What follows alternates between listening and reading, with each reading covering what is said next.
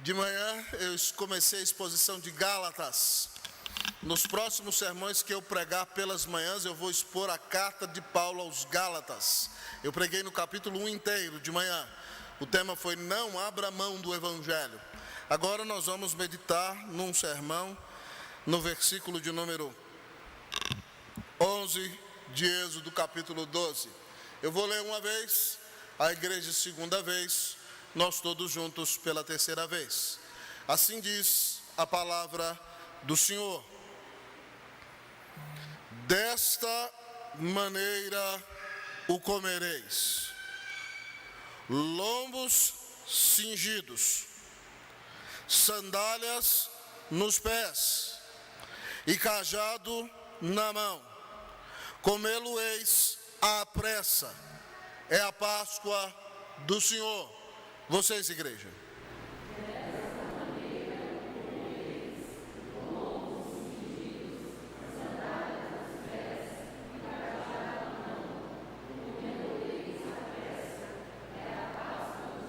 Todos juntos, vamos. Desta maneira o comereis, lombos cingidos, sandálias nos pés e cajado na mão. Comê-lo-eis à pressa, é a Páscoa do Senhor. Oremos ao nosso Deus. Oremos ao Senhor. Querido Deus, eterno Pai, fala poderosamente ao coração da tua noiva nesta noite. Nesta manhã, Senhor Deus, tu nos falaste, nos mostrando que não devemos abrir mão do Evangelho por causa da sua mensagem, por causa da sua prioridade, da sua origem, do seu poder. Agora vamos ouvir uma mensagem, Deus ó Pai, textual, em um versículo menor, mas não deixa de ser poderosa, porque é a tua palavra. Ó Deus, que ao olharmos para esta atitude que o Senhor demandava do povo de Israel, depois que eles comessem a Páscoa, que nós, como aqueles que já comeram da Páscoa e já foram salvos por Cristo Jesus, tenhamos as mesmas atitudes para cumprirmos, ó Deus, o nosso ministério, o nosso chamado, e sermos uma bênção em tuas mãos, para transformarmos este mundo, para abençoarmos nossa família, para abençoarmos nossa cidade, para vivermos para o Senhor e não para nós. Fala conosco, Deus, e deixa-nos ter esse ministério centrado em Cristo Jesus, o Cordeiro da Páscoa que morreu por nós. Fala conosco, Deus, nós oramos em nome de Jesus. Amém. A igreja pode sentar-se.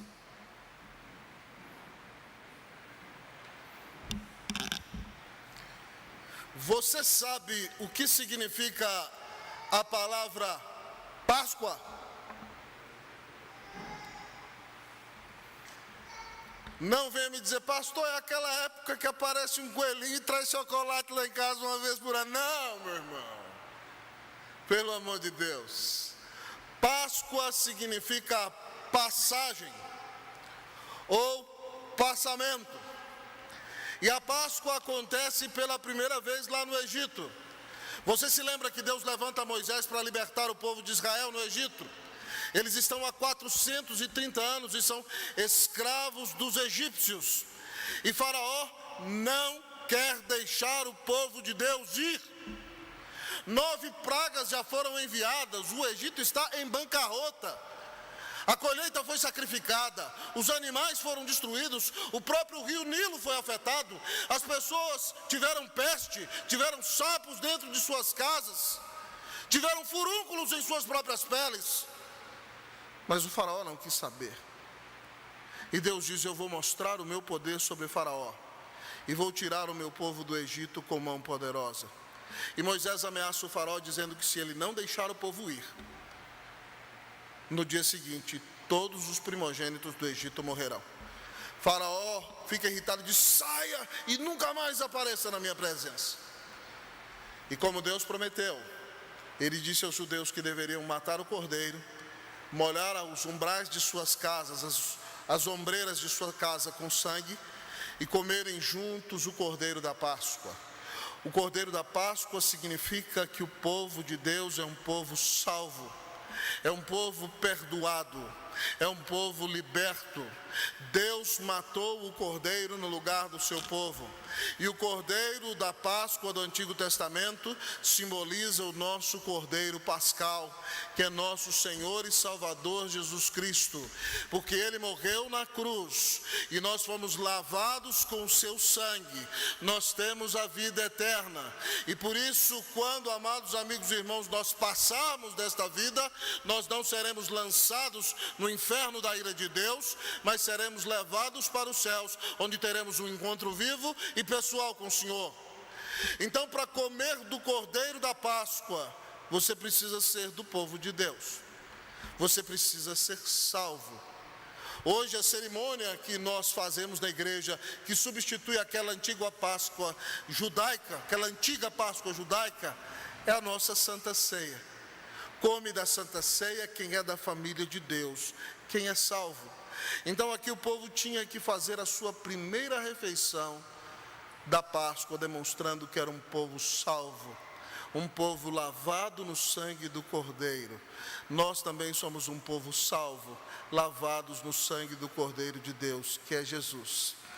E ao olharmos para a atitude com a qual os judeus que eram salvos deveriam comer a Páscoa, todos nós que somos chamados como cristãos a termos um ministério de serviço a Deus neste mundo, vamos aprender como ter um ministério cristocêntrico. Se você comeu da Páscoa, você está em Cristo. E quem come da Páscoa está em Cristo Jesus. Qual era a atitude que eles deveriam ter para comer da Páscoa? Repito com vocês o versículo de número 11. Desta maneira o comereis: lombos cingidos, sandálias nos pés, cajado na mão, comê-lo-eis à pressa. É a Páscoa do Senhor. Quem come da Páscoa está centrado em Cristo Jesus. Como então ter um ministério centrado em Cristo? Primeira verdade que o texto nos diz: nós devemos estar preparados. Como ter um ministério centrado em Cristo Jesus? Preste atenção, o povo de Deus vai estar no deserto durante 40 anos. Você sabe que a roupa deles não vai envelhecer e o pé deles não vai inchar. Mas eles vão ter sempre que estar preparados, para que quando a nuvem de Deus se levantar, eles têm que se mover no deserto. Mas quando a nuvem de Deus parar, eles têm que se deter e parar no deserto. Então eles têm que ter uma roupa fácil de vestir para poder cumprir o projeto de Deus para a vida deles. O texto diz: desta maneira comereis a Páscoa, lombos cingidos. Ou seja, você já vai estar preparado. Você já vai estar com a sua roupa de gala, pronto para sair do Egito. Preparo. Ter os lombos cingidos significa que aquele povo está preparado para seguir o caminho e o projeto de Deus para a vida dele. Se nós queremos ter um ministério centrado em Cristo Jesus, que é a nossa Páscoa, nós temos que ser homens e mulheres de lombos cingidos, de vestimentas prontas, com uma atitude de preparo para servir o Senhor. Quando eu olhei para esse texto aqui falando de lombos cingidos, eu fui procurar no Novo Testamento onde aparece esse verbo cingir, que significa vestir. E em 1 Pedro 1,13 diz o seguinte: por isso, cingindo o vosso entendimento, sede sóbrios e esperai inteiramente na graça que vos está sendo trazida na revelação de Cristo Jesus. Ser um cristão preparado é ter o nosso entendimento cingido. Significa que a sua mente deve compreender plenamente o Evangelho de Cristo Jesus. E você deve estar preparado para dar resposta a todo aquele que pedir razão da sua fé. Estar cingido significa estar preparado. Significa conhecer o Evangelho de Cristo Jesus, conhecer a palavra de Deus e estar pronto a dar resposta a todo aquele que pedir razão da sua salvação. Por isso ele diz: por isso cingindo o vosso entendimento, sede sóbrios, equilibrados, esperar inteiramente na graça que vos está sendo trazida na revelação de Cristo Jesus. Nós devemos ser homens e mulheres preparados para ser uma bênção neste tempo. Você precisa conhecer o Evangelho de Cristo Jesus. E não somente conhecer o Evangelho de Cristo Jesus, mas estar preparado para dar resposta a todo aquele que pedir a você razão da sua salvação. Se alguém perguntar para você, por que você vai à igreja? Por que você canta os cânticos? Por que você ouve a mensagem? O que você vai responder? Você tem que estar cingido, preparado, pronto para dizer o que Cristo fez na cruz por você. Mas não só você como membro da igreja tem que estar preparado, nós também como pastores temos que estar preparados para alimentar vocês. Na promessa que Deus faz ao povo de Israel em Jeremias 3,15, ele diz assim: dar-vos-ei pastores, segundo o meu coração, que vos apacentem com conhecimento e com inteligência. Se eu não estivesse preparado, não poderia pregar para você nessa noite. Na igreja presbiteriana nós zelamos muito pelo preparo dos nossos pastores. Eu não sei se você sabe, mas o processo de preparo de um ministro do Evangelho na igreja presbiteriana dura pelo menos 5 anos. E pode chegar a durar até 9 anos, dependendo da situação. Nós temos que estar preparados para alimentar o povo de Deus com sabedoria, conhecimento prático, com conhecimento da palavra, com inteligência, para que você, alimentado, seja capacitado a ser uma bênção neste tempo. Mas eu continuei observando no Novo Testamento onde aparece o verbo cingir. E ele não diz respeito somente ao conteúdo do Evangelho e da palavra de Deus que nós devemos conhecer, mas também a atitude que nós devemos ter nos nossos relacionamentos. 1 de Pedro 5,5 diz o seguinte: rogo igualmente aos jovens, sede submissos aos que são mais velhos, outros sim no trato de uns com os outros, cingi-vos todos de humildade, porque Deus resiste aos soberbos, contudo aos humildes concede a sua graça. Cingir-se, além de estar com a sua vestimenta pronta, com o seu entendimento pronto, significa vestir-se de uma roupa de humildade. Que no trato uns com os outros nós devemos ser humildes. E o texto é claro dizer por quê? Porque Deus vai resistir ao soberbo, mas ao humilde Ele vai dar a sua graça. Não queira ser um soberbo. Querer ser soberbo contra Deus é falta de inteligência, porque Ele vai se opor a você. Agora, se você tem uma atitude de humilhação e de humildade, diz Ele que vai dar a você a bênção e a graça dEle. Então, cinja-se de conhecimento bíblico, mas cinja-se também de uma atitude humilde e quebrantada. E assim você vai estar preparado para ser uma bênção neste tempo. E assim você, de fato, vai glorificar a Deus. Como então ter um ministério cristocêntrico? Em primeiro lugar, o nosso texto nos diz: prepare-se. Desta maneira comereis o cordeiro da Páscoa, lombos cingidos. Mas como ter um ministério cristocêntrico? Em segundo lugar, o texto nos diz: em primeiro lugar, prepare-se. Em segundo lugar, disponha-se. O versículo nos diz, versículo 11: desta maneira o comereis, lombos cingidos, sandálias nos pés. Vamos ler comigo até aqui? Vamos lá? Desta maneira o comereis, lombos cingidos, sandálias nos pés. O judeu tinha que estar pronto para sair do Egito, porque Deus daria a ele a sua libertação. E o judeu tinha que estar pronto a caminhar, porque Deus fez com que aquele povo caminhasse no deserto durante 40 anos.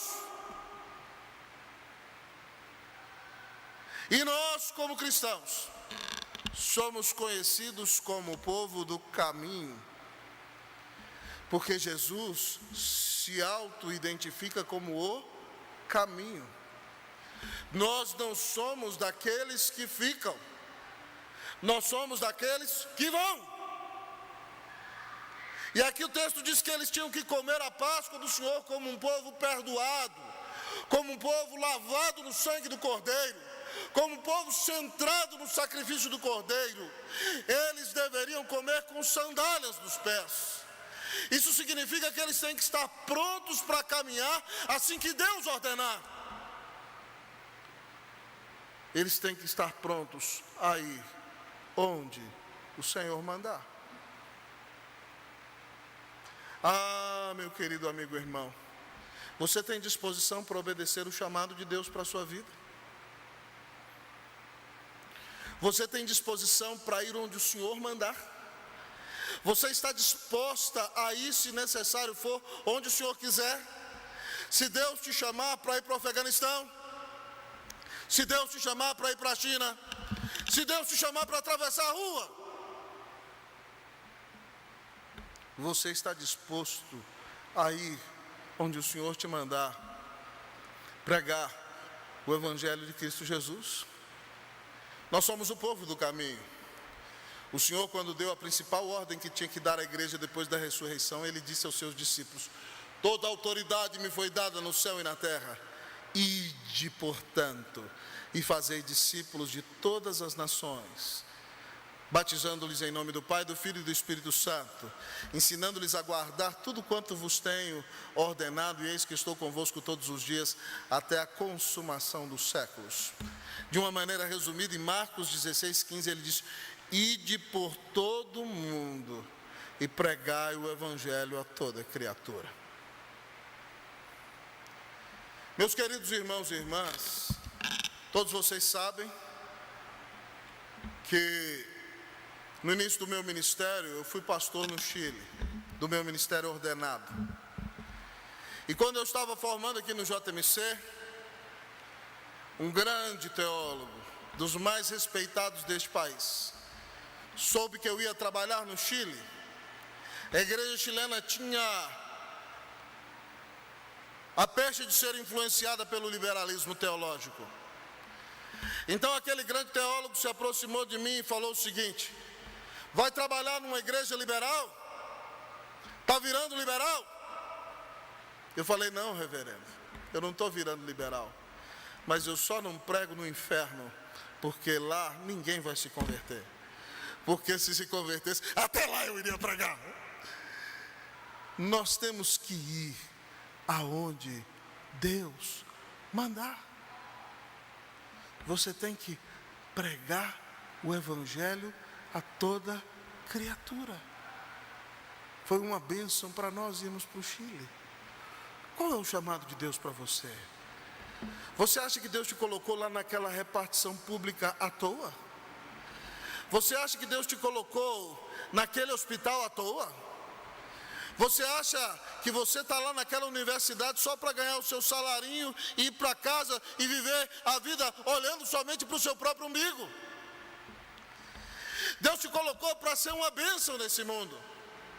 Você já parou para pensar que você está lá naquela repartição pública e aquela sua colega de trabalho começou, minha irmã, a chorar na sua frente, e você está ali e pode ajudá-la, e pode perguntar: eu posso fazer alguma coisa por você?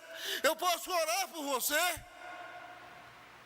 E de repente uma conversa vai começar e algo vai acontecer, e Deus vai usar a sua vida para a honra e para a glória do nome do Senhor. Meus queridos irmãos e irmãs, eu fui pastor em Santiago 7 anos. E nós movimentamos a igreja para a evangelização naquela época de uma maneira muito preciosa. E havia uma irmã na nossa igreja, Liliana Dias. Ela dizia o seguinte: pastor, eu não tenho facilidade para falar, mas tem uma coisa que eu gosto de fazer, pastor, eu gosto de orar. E eu vou tomar uma decisão. Eu vou tomar La Micro era um ônibus. Aqui em Las Condes, naquela época não tinha estação de metrô, onde a gente morava em Las Condes, hoje já tem. O metrô já chegou lá. Eu vou tomar La Micro aqui em Las Condes e vou entrar em La Micro, no ônibus, e vou olhar alguém que esteja triste. E toda vez que eu encontrar alguém assim, eu vou sentar do lado dessa pessoa e vou perguntar para ela: eu posso orar por você? E aquela irmã começou a fazer isso, irmãos. E muita gente começou a perguntar para ela: onde é a sua igreja? Eu quero conhecer a sua igreja. Eu quero ouvir a palavra do Senhor. Ela disse: pastor, eu não tenho facilidade para falar, mas eu gosto de orar. E ela entrava no ônibus, ela pagava uma passagem de ônibus, irmã Lenina, só para orar pelo povo dentro do ônibus. Louvado seja Deus! Que disposição para fazer a obra do Senhor. Irmãos, nós podemos dispor a nossa vida para fazer a obra do Senhor de maneira maravilhosa. Quando nós estávamos lá em Santiago, houve um despertamento espiritual. Eu pastoreava no setor oriente de Santiago. Era uma região onde havia 3% de evangélicos, taxa de país muçulmano. Uma região mais nobre, a região mais rica de Santiago do Chile. A Opus Dei dominava a elite chilena e o romanismo muito forte, e evangélico era considerado classe baixa, classe pobre, ralé.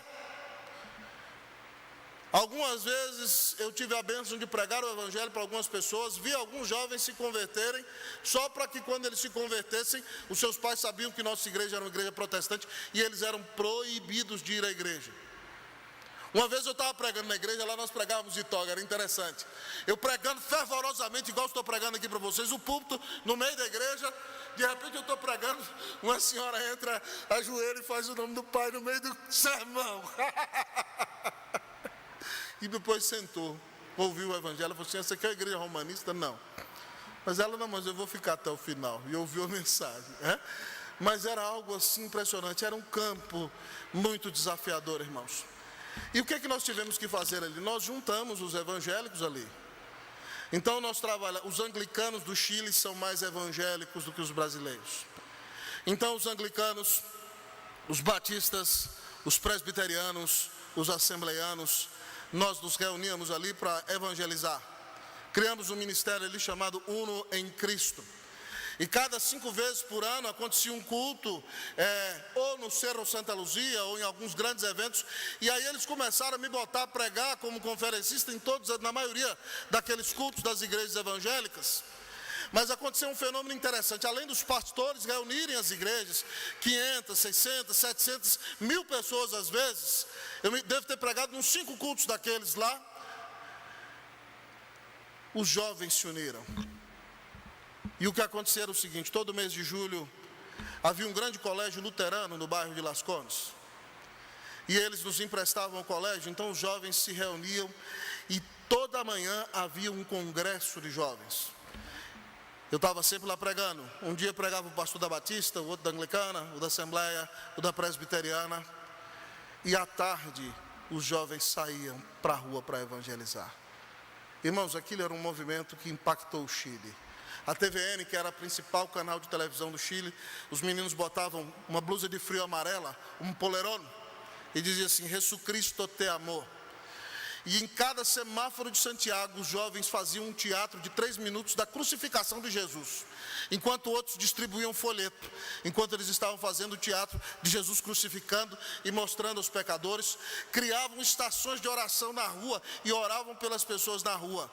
E de repente ele passeio Almada, que já foi em Santiago, sabe do que eu estou falando? Via 500, 600 jovens cantando: porque ele vive, puedo crer en él mañana. O Chile foi impactado,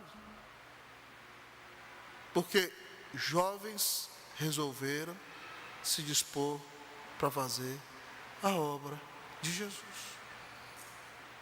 Esse movimento durou, acredito, até o ano 2007.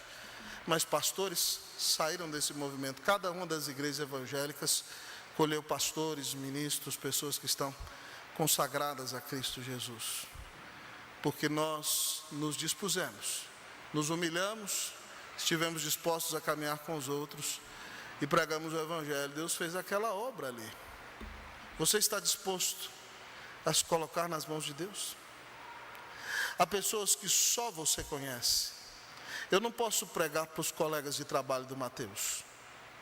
Eles não me conhecem. O Mateus foi enviado para eles. Eu não posso pregar para os clientes do Dirley. Eles não me conhecem, mas eles conhecem o Dirley. E o Dirley pode pregar o evangelho para eles. Cada um de nós tem que saber aonde Deus o enviou. E nós devemos estar dispostos a abrir a boca e dizer aos nossos amigos, aos nossos familiares, que se eles se arrependerem de seus pecados e crerem que Jesus Cristo é o Filho de Deus, que morreu na cruz para salvá-los, eles receberão a vida eterna, eles terão paz com Deus, eles serão filhos de Deus, eles serão perdoados, ninguém os arrebatará das mãos do Senhor. Até onde você está disposto a ir por causa do nome de Jesus? O Senhor está nos chamando, sandália nos pés. Que 2022 você esteja calçado com as sandálias do Evangelho, para ser uma bênção e fazer toda a diferença, para a honra e para a glória do nome de Jesus. Como ter um ministério cristocêntrico? Em primeiro lugar, prepare-se. Em segundo lugar, disponha-se. Prepare-se significa lombos cingidos. Disponha-se significa sandália nos pés. Que Deus nos use para pregar o Evangelho, para a honra e para a glória, no nome de Jesus. Amém, meus irmãos? Pense em alguém que só vai poder ouvir o Evangelho através de você. Comece a orar por essa pessoa. E peça, Senhor, me dá a bênção de ver essa pessoa vir a Cristo Jesus. Usa a minha vida para falar de Jesus para ela. Pastor, como ter um ministério cristocêntrico? Se você come do Cordeiro da Páscoa, você faz parte do povo de Deus e está centrado em Cristo Jesus. Qual deve então ser a sua atitude? Em primeiro lugar, lombos cingidos. Em segundo lugar, sandália nos pés. Mas em terceiro lugar, o nosso texto nos diz, cajado nas mãos. O que significa isso? Como ter um ministério cristocêntrico? Em primeiro lugar, prepare-se. Em segundo lugar, disponha-se. Em terceiro lugar, pastoreie. Como ter um ministério cristocêntrico? Pastoreie. O nosso texto diz, versículo 11, vamos ler todos comigo mais uma vez, para não sair da nossa cabeça. Desta maneira o comereis. Todos vamos lá? Lombos cingidos, sandálias nos pés e cajado na mão. Comê-lo-eis à pressa. É a Páscoa do Senhor. Preste atenção. Todo filho de Jacó era um pastor de ovelhas. Quando eles chegaram no Egito, e José os levou para conhecer a Faraó, eles disseram a Faraó, teus servos são pastores de gado. Faraó disse, eles vão para a terra de Gósen, lá os gados de vocês vão comer, e os que estiverem preparados que também pastoreiem o meu próprio gado. O cajado é o instrumento do pastor. Quando eu estava preparando essa mensagem nas férias, eu pedi a Cleusa para comprar um cajado para mim. Eu falei para ela, compra um cajado para mim, entrei na internet, né?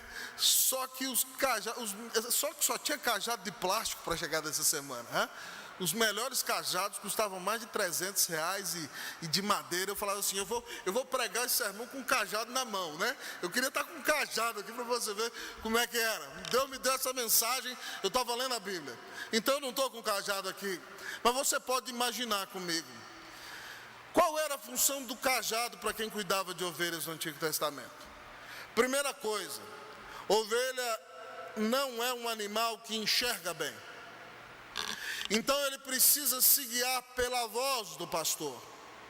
Toda vez que o pastor chega e chama as ovelhas bé, bé, bé.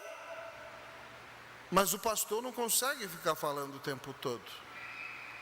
Então o cajado serve para marcar o passo. Quando o pastor vai andando e vai batendo o cajado, a ovelha ouve a batida do cajado do pastor, e ela sabe então para onde ela tem que ir.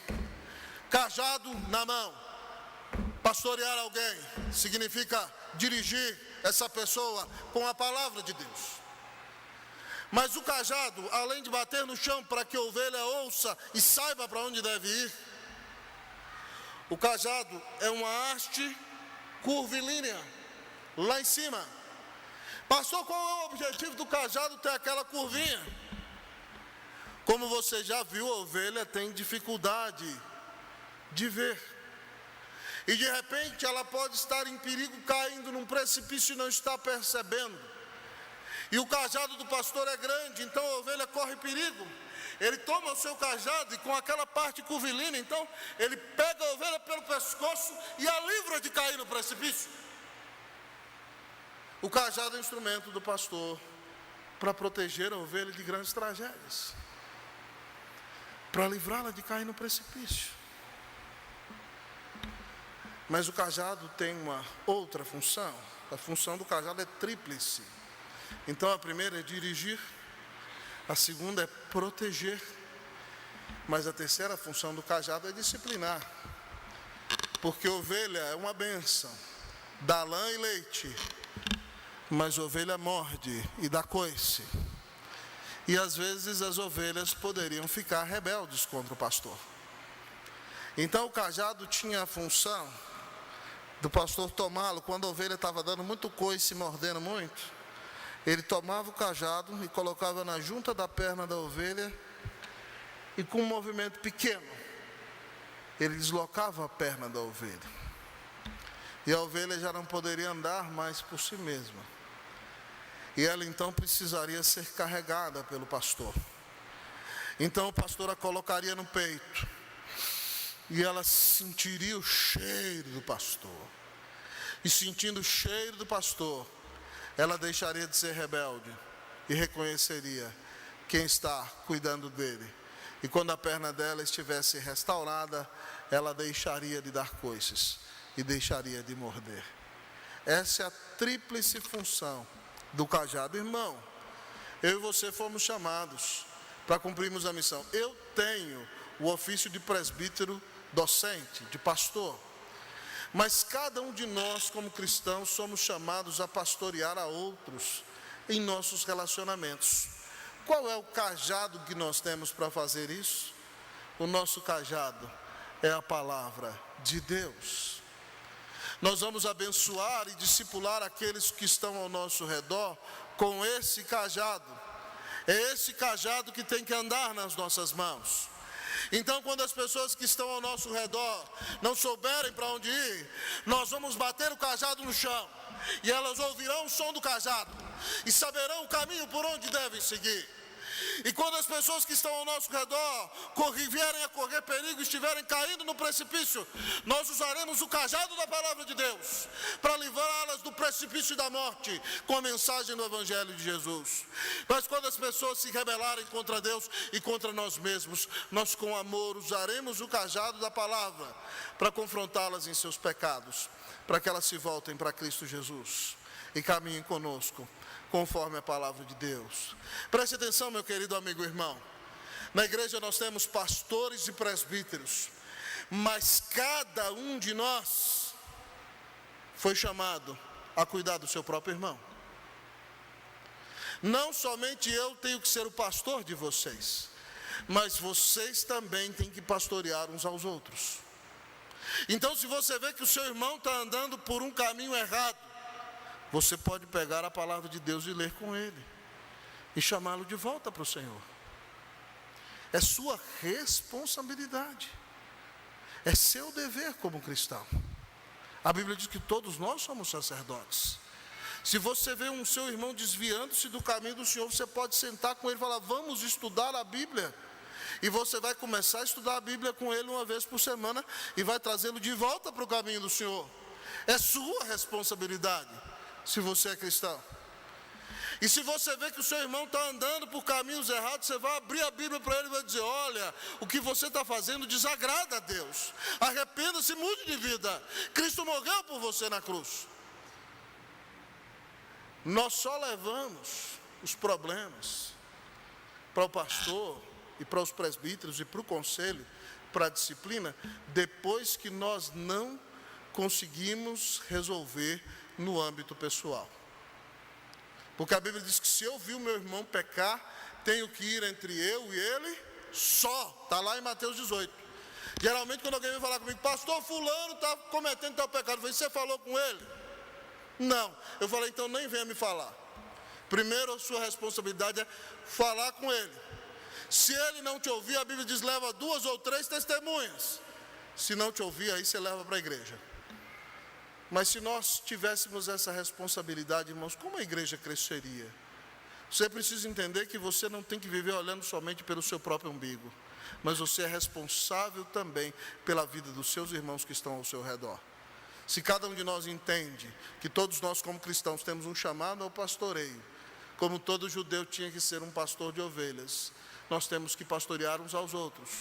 E pastorear aqueles que estão em nossa casa. Eu, como pastor, além de ser o pastor de vocês, tenho que ser o pastor de minha esposa, o pastor de meus filhos. Eu tenho que ensiná-los no caminho do Senhor dentro de casa.